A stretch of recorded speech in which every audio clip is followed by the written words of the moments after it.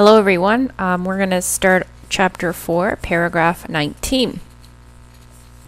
My percept pictures then are in the first instance subjective. The recognition of the subjective character of our percepts may easily lead us to doubt whether there is any objective basis for them at all. When we realize that a percept, for example, that of a red color or of a certain tone is not possible without a specific structure of our organism, we may easily be led to believe that it has no permanency apart from our subjective organization, and that, were it not for our act of perceiving it as an object, it would not exist in any sense. The classical representation of this view is George Berkeley, who held that from the moment we realize the importance of the subject for perception, we are no longer able to believe in the existence of a world without a conscious spirit. And the quote is, "Some truths there are so near and obvious to the mind that man need only open his eyes to see him. Such I take this important one to be, to wit, that all the choir of heaven and furniture of the earth in a world, all whose bodies which compose the mighty frame of the world have not any subsistence without a mind, that their being is to be perceived or known, that consequently, so long as they are not actually perceived by me, or do not exist in my mind, or that of any other created spirit, they must either have no existence at all, or else subsist in the mind of some eternal spirit." And now we're back to Steiner. On this view, when we take away the fact of its being perceived, nothing remains of the percept. There is no color when none is seen, no sound when none is heard. Extension, form, and motion exist as little as color and sound apart from the act of perception. Nowhere do we see bare extension or shape, but these are always bound up with color or some other quality, unquestionably dependent upon our subjectivity. If these latter disappear when we cease to perceive them, then the former, being bound up with them, must disappear likewise. And for 19, we have as the summary, "Many would argue, as George Berkeley does, that our percept pictures are initially subjective, which may lead us to doubt that there is any objective basis to these percepts at all. Consequently, categories such as extension, form, and motion, color, sound does not exist alone outside of the percept." I just want to mention that the Berkeley quote, you can basically summarize it, to be is to be perceived.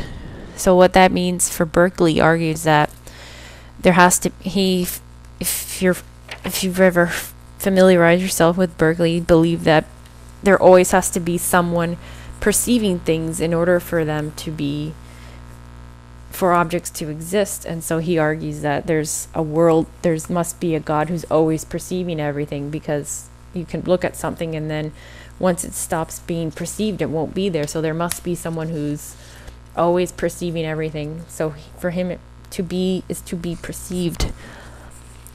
And the key point here, as I mentioned, is it does appear that our percept pictures are, in the first case, subjective.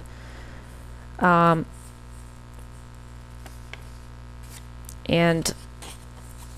that's important to realize. And what does he say here? He says that he probably, I think he clarifies it more in the next paragraph. So actually I'm just gonna move forward with that, because I know he explains what was mentioned in paragraph 19 a little bit further. But as he says here, nowhere do we see bare extension or shape, but they are always bound up with some color or some other quality, unquestionably dependent upon our subjectivity. So he clarifies that idea a little bit in the next paragraph. Let's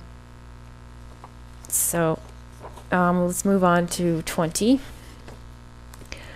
To the objection that there must be things that exist apart from consciousness, and to which the conscious percept pictures are similar, even though figure, color, sound, and so on have no existence except within the act of perceiving, the above view would answer that a color can be similar only to a color, a figure only to a figure. Our percepts can be similar only to our percepts, and to nothing else. Even when what we call an object is nothing but a collection of percepts which are connected in a particular way. If I strip a table of its shape, extension, color, etc., in short, of all that is merely my percept, then nothing remains over. This view, followed up logically, leads to the assertion that the objects of my perceptions exist only through me, and indeed only in as far as and as long as I perceive them. They disappear with my perceiving and have no meaning apart from it. Apart from my percepts, I know of no objects and cannot know of any. And the summary for 20 is, others would argue that there must be things that exist outside of consciousness and that are similar to conscious perceptual images.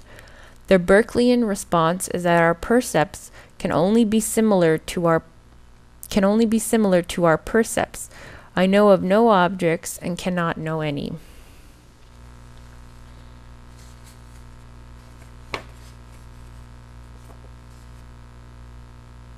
So this is kind of about I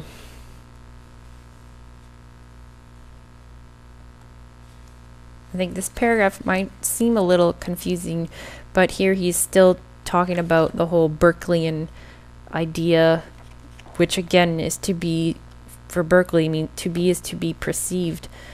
And what he says here, what we call an object is nothing but a collection of percepts. So if we take away everything that makes up a table, then nothing is left over. And if we follow this argument logically, he says, it might appear that these perceptions that I have only exist through me, and they'll disappear once I no longer perceive them, and they'll have no meaning if I don't perceive them. And so from that it follows that you cannot know of objects directly. So that's paragraph 20. I'm just going to follow with 21, and that should be the last paragraph for this session. No objection can be made to this assertion as long as I am merely referring to the general fact that the percept is partly determined by the organization of myself as subject. The matter would appear very different if we were in a position to say just what part is played by our perceiving in the bringing forth of a percept. We should then know what happens to a percept while it is being perceived, and we should also be able to determine what character it must already possess before it comes to be perceived. Okay, the summary for paragraph 21 is as follows. If I continue to refer to the fact that percept is partly determined by my physical spiritual organization, no objection can be made to the above claim, which is that apart from my percepts, I know of no objects and cannot know of any. Things would appear different if I were able to figure out what role our perceiving plays in the bringing forth of a percept, and what happens to a percept while it is being perceived. Again, so Steiner's just pointing out that things would appear differently if we realize what part is played by our perceiving things. And again, as I mentioned before, for Berkeley, there must be, his theory is that there's a great perceiver out there, and that's why when we stop perceiving something, it continues to exist because something else is perceiving it. That's paragraph 21, and that should be all for today, and hopefully this was useful for you guys. I look forward to seeing you again, and have a great day. Bye.